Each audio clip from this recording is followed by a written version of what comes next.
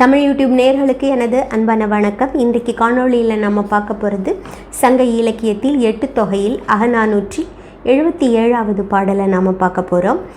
இந்த பாடல் 77 ஒற்றைப்படை எண்ணில் முடிந்ததனால இது பாலைத்திணை, அதாவது வியமெல்லாம் வெண்தேரியக்கம் பாலைத்திணை. இந்த 77வது பாடலானது பிரிவின் நிமித்தமுமாக பாடப்படுகின்ற ஒரு பாடல். இதை எழுதிய புலவர் மருதன் இளநாகனார் அப்படிங்கிற ஒரு புலவர். இந்த பாடலுடைய சூழ்நிலையை, இந்த பாடல் எழுதப்பட்ட சூழலை விவரிக்கிறதுக்கு முன்னாடி இதை எதற்காக தேர்ந்தெடுத்தேன் அப்படின்றத சொல்கிறேன். இது கொடுக்கின்ற ஒரு செய்தி, 2 செய்திகளை இதில் நாம் பார்க்கலாம். முக்கியமான வரலாற்று செய்தியை நாம் இந்த பாடலில் பார்க்க முடியும். அதை சொல்கிறதுக்கு முன்னாடி இந்த பாட்டு எப்போது எந்த சந்தர்ப்பத்தில் எழுதப்பட்டது அப்படிங்கிறத பார்க்கலாம். ஒரு தலைவன் தலைவியை பிரிந்து செல்ல வேண்டிய சூழல், அதாவது அவன் வாழ்கின்ற ஊரிலே பெரும் பஞ்சம் வந்து விட்டது. அது மழைப்பொழிவு கூட நின்று போய் ஒரு கடுமையான வெப்பம் நிலவுகிறது. அதனால் அந்த ஊரில் இருக்கிற ஜனங்கள் எல்லாம் குடிபெயர்ந்து வேறு ஊருக்கு போயிட்டாங்க. அப்படிப்பட்ட சூழ்நிலையிலே அவனுடைய மனமானது வேறு ஊருக்கு சென்று பொருள் ஈட்டி வரும்படியாக அவனை செலுத்துகிறது அவனுடைய மனம். ஆனால் தலைவி இதற்காக வருந்துவாளே, அவளுடைய கண்களில் கண்ணீர் வழியும் என்று எண்ணி அவன் செலவு அழுங்குகிறான், அதாவது செலவை தவிர்க்கிறான். பிரியாமல் இருக்க வேண்டும் அப்படின்ற முடிவு கொண்டு செலவை தவிர்ப்பது செலவு அழுங்குதல் அப்படின்னு சொல்லப்படும். அதுதான் இந்த பாட்டு பிறந்த சூழல். சரி, இப்போது இந்த பாட்டை நான் சொல்லிவிட்டு 4 வரிகளாக சொல்லிவிட்டு நான் உங்களுக்கு பொருள் சொல்கிறேன். நன்னுதல் பசப்பவும் ஆழ்வினை தரியர் துன்னருங்கானம் துன்னுதல் நன்றென்ன பின்னின்று சூழ்ந்தனையாயின் நன்று இன்னா சூழ்ந்திசின் வாழிய நெஞ்சே. அதாவது இவன் தன்னுடைய மனதுக்கு சொல்லுகிறான். தலைவன் என்ன சொல்லுகிறான் அப்படின்னா, நன்னுதல் பசப்பவும், அதாவது இவனை பிரிந்திருந்தால் தலைவியினுடைய நெற்றியில் பசலை படரும். அதாவது பசலை என்கின்ற நோய் பிரிவின் காரணமாக தலைவனுடைய பிரிவின் காரணமாக ஏற்படுகின்ற அந்த பசலை நோய் நெற்றியிலே இருக்குமா. நன்னுதல் பசப்பவும், அவ்வாறு இருக்க அப்படி இருந்தாலும் பரவாயில்லை என்று ஆழ்வினை தரியர், செல்வத்தை பொருளீட்டி வருவதற்காக ஆழ்வினை தரியர் அப்படின்னா முயற்சியால் பொருளீட்டி வருவதை குறிக்குது.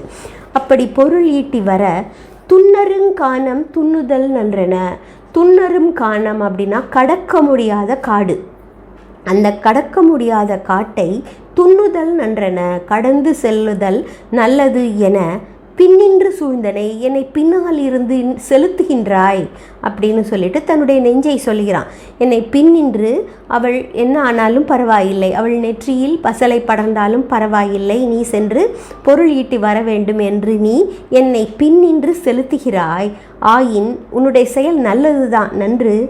இன்னா சூழ்ந்திசின் வாழிய நெஞ்சே, ஆனால் கவலை தரக்கூடியது, வேதனை தரக்கூடியது.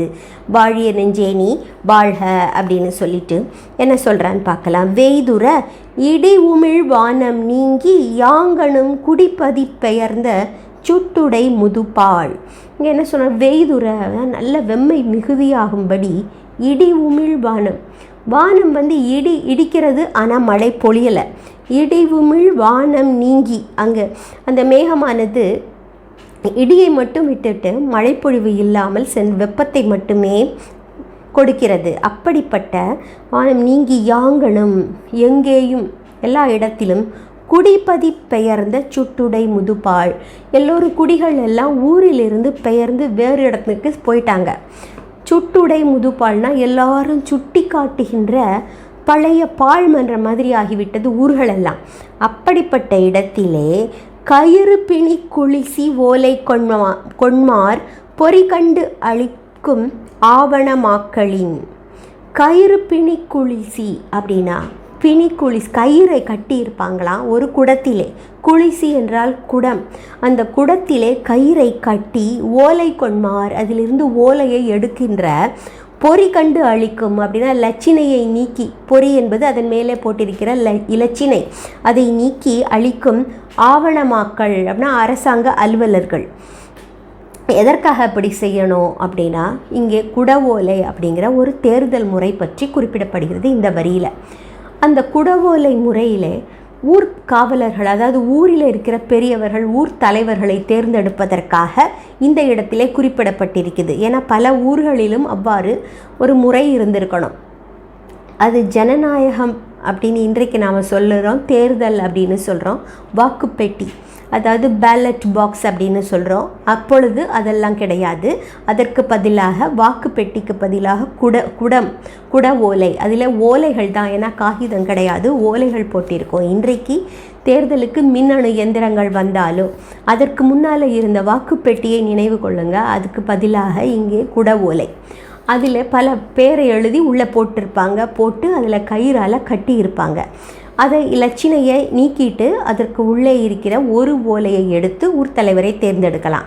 இல்லை இதற்கு வேறு மாதிரியான முறைகளும் இருந்திருக்கலாம். ஏன்னா 2-3 பேர் இருந்தாலும் 2-3 குடங்களும் யாருக்கு அதிகமான வாக்குகள் இருக்கும் அப்படிங்கிற மாதிரியும் அவங்க தேர்ந்தெடுத்திருக்கலாம். அந்த முறைகள் விவரிக்கப்படலை. ஆனால் குடவோலை அப்படிங்கிற ஒரு முறை இருந்ததற்கு இந்த பாடல் ஆதாரமாக இருக்குது. கயிறு பிணி குளிசி ஓலை கொண்மார் பொறி கண்டு அழிக்கும் ஆவணமாக்களின் உயிர்த்திறம் பெயர, அந்த செயலை போல ஒரு செயல் இருக்கிறதா. என்னன்னா உயிர்த்திறம் பெயர நல்லமர் கடந்த அப்படின்னா உயிர் வேறு உலகத்துக்கு போகும்படியாக நல்ல போரை செய்த தருகனாளர் அப்படின்னா வீரம் மிகுந்த, அஞ்சாமையுடைய வீரம் மிகுந்த வீரர்களுடைய குடர்த்தறி தெருவர செஞ்செவி எருவை அஞ்சுவர இருக்கும். அதாவது இது எப்படி இருக்குன்னா, மாண்ட வீரர்களுடைய குடலை பிடித்து இழுப்பது போல இருக்குமா. இவங்க அந்த ஓலையை அதிலிருந்து எடுக்கிற முறையானது அவ்வாறு இருக்குமா. அது எப்படி இழுக்கும்னா, செஞ்செவி எருவை சிவந்த காதுகளை உடைய பருந்தானது மாண்ட வீரர்களுடைய குடலை பிடித்து இழுப்பது போல. அது எப்படின்னா, அந்த குடத்தில் இருக்கிற ஓலையை அந்த ஆவணமாக்கள் இழுத்து எடுப்பதைப் போல இந்த பருந்துகள் எடுக்குமா. அப்படிப்பட்ட காட்சியை எங்கே இருக்குதுன்னா, பாலை நிலத்தில் இவன் கடக்கின்ற பாதையிலே அப்படி பருந்துகள் மாண்ட வீரர்களுடைய குடலை பிடித்து இழுக்கின்ற காட்சியை யாராவது அவனிடம் சொல்லியிருப்பாங்க. அதனால் அவன் இவ்வாறு விவரிக்கிறான். அஞ்சுவர இகுக்கும் அப்படின்னா அஞ்சும்படியாக இழுக்குமா. கல்லதர் கவலை போகின் சீரூர் புல்லரை இத்தி புகற்படு நீழல் எல்வழி அலைக்கும் இருள்கூர் மாலை. அப்படிப்பட்ட கல்லதிர் கவலை அப்படின்னா கற்கள் நிறைந்த பாதை, கவலையை கொடுக்கக்கூடிய அந்த பாதையிலே போகின் சீரூர், சில சிற்றூர்களும் இடையில இருக்கும் இல்லையா, அந்த ஊரிலே புல்லரை இத்தி பெரிய மரநிழெல்லாம் இல்லை. ஏன்னா கொடிய வெம்மையான காலம் அப்படின்னு சொல்லியிருந்தேன். புல் அரை இத்தினா புல்லிய அடிப்பாகத்தை உடைய இத்தி மரம், அதோடைய நிழல் தான் இருக்குது. அந்த இத்தி மரத்தின் புகற்படு நீழல் அப்படின்னா புள்ளி நீழல், புள்ளி புள்ளியாக விழுங்குகின்ற நிழல். அதாவது வெளிச்சம் படும்போது வெப்பம் தானே இருக்குது அங்கே, அந்த வெளிச்சத்திலே அந்த புள்ளி நீழல் இருக்குது. அதையும் எப்படின்னா கொடுமையான வெப்பக்காற்று அலைக்குமா. வழி அப்படின்னு இங்கே சொல்லப்படுகிறது பெருங்காற்று. அந்த பெருங்காற்றானது அந்த நிழலையும் அலைக்கும், அப்படியே அசைய வைக்கிறது. அதாவது அந்த இலைகளுக்கு இடையே, இலைகளும் அதிகம் இல்லை, விழுகின்ற அந்த வெளிச்ச புள்ளி நீழல் அப்படின்னு சொல்கிறாங்களே, அதையும் காற்று அலைக்கழிக்கிறது. அப்படிப்பட்ட இருள்கூர் மாலை, ஆனால் இருள் நிறைந்த மாலை நேரம் அப்படின்னு சொல்கிறாரு. அப்போது சிறிதான வெளிச்சம், ஆனால் கொடிய வெப்பம். அப்படிப்பட்ட இடத்திலே வானவன் மறவன் வணங்குவில் தடக்கை. இங்கே இன்னொருத்தனை பற்றி சொல்கிறாரு. வானவன் அப்படின்னா சேர மன்னன், அவனுடைய மறவன் என்றால் படைத்தலைவன். சேர மன்னனுடைய படைத்தலைவன் வணங்குவில் தடக்கை, அவனுடைய கைகளிலே வளைந்த வில்லை வைத்திருக்கிறான், பெரிய கைகள் அவனுக்கு. ஆனா நரவின் வன்மகிழ் பிட்டன் அப்படிங்கிறவனை பற்றி இங்கே குறிப்பிடுறாரு. ஆனா நரவு அப்படின்னா அருந்தாத நரவு அப்படிங்கிறது ஒரு துறைமுகம். ஏற்கனவே இதை பற்றி நான் சில பாடல்களில் பாடும்போது நரவு என்ற துறைமுகத்தை சேரர்கள் கொண்டிருந்தார்கள் அப்படின்னு நான் சொல்லியிருந்தேன். அந்த நரவு என்ற துறைமுகத்திலே வன்மகிழ் பிட்டன் எப்படி வன்மகிழ்னா வன்மையான மகிழ்ச்சியுடைய பிட்டன் அப்படின்னு சொல்கிறாங்க. ஏன்னா அவன் நல்ல செருக்காக செல்வாக்கோடு இருக்கிறான், அதனால மகிழ்ச்சி, அந்த மகிழ்ச்சி அவனுடைய செல்வாக்கினால் அவனுக்கு ஏற்பட்டது. அப்படிப்பட்ட பிட்டன் பொருந்தா மன்னர் அருஞ்சமத்து உயர்த்த, அவன் என்ன செய்வானாம், பகைவர்கள் இருக்கிறார்ல, பொருந்தா மன்னர், தன்னுடைய நாட்டு மன்னனுக்கு பொருந்தாத, அதாவது பகைவர்கள் அவர்கள் அருஞ்சமத்து உயர்த்த அவர்களோடு கூடிய போரில் என்ன செய்வானா உயர்த்துவான். எதைனா திருந்திலை எக்கம் போல, திருத்தி செய்யப்பட்ட இலை போல. எக்கம் அப்படின்னா வேல், இலை போன்ற வடிவத்தை உடைய வேல், எக்கம் போல அதை அவன் உயர்த்துவானா.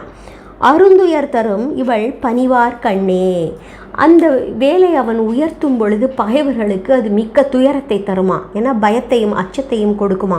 அதை போல இவளுடைய வேல் போன்ற இந்த பனிப்படர்ந்த கண்கள் எனக்கு மிக்க துயரத்தை தரும். அதனால் இந்த பாதை வழியே நான் போவது என்பது கொடியதானது, போக வேண்டாம் அப்படின்னு அந்த தலைவன் முடிவு செய்கிறான். இப்போ இந்த பாடலில் நமக்கு ஒரு அழகான காட்சி, அதாவது இது பாலைத்திணை சார்ந்த கொடிய பாலை நிலத்துடைய தன்மையை பற்றி விவரித்தாலோ அந்த குடவோலை முறை பற்றி இது குறிப்பிடுகிறது. இது ஒரு பதிவாக இருக்கிறது. 2000 வருடங்களுக்கு முன்பே சங்க காலத்தில் குடவோலை என்கிற தேர்ந்தெடுக்கிற முறை, ஊர் தலைவரை தேர்ந்தெடுக்கிற முறை இருந்திருக்கிறது அப்படிங்கிறது. பின் நாட்களில் சோழர்கள் காலத்தில் உத்தரமேரூர் கல்வெட்டில் இந்த குடவோலை முறை அப்பொழுது இருந்ததை ஆதாரமும் இருக்கிறது. ஆனால் அது பின் நாட்களில் இது அதற்கு முன்னால் சங்க காலத்தில் இது இருந்திருப்பதற்கான இந்த பாட்டு ஆதாரமாக இருக்குது.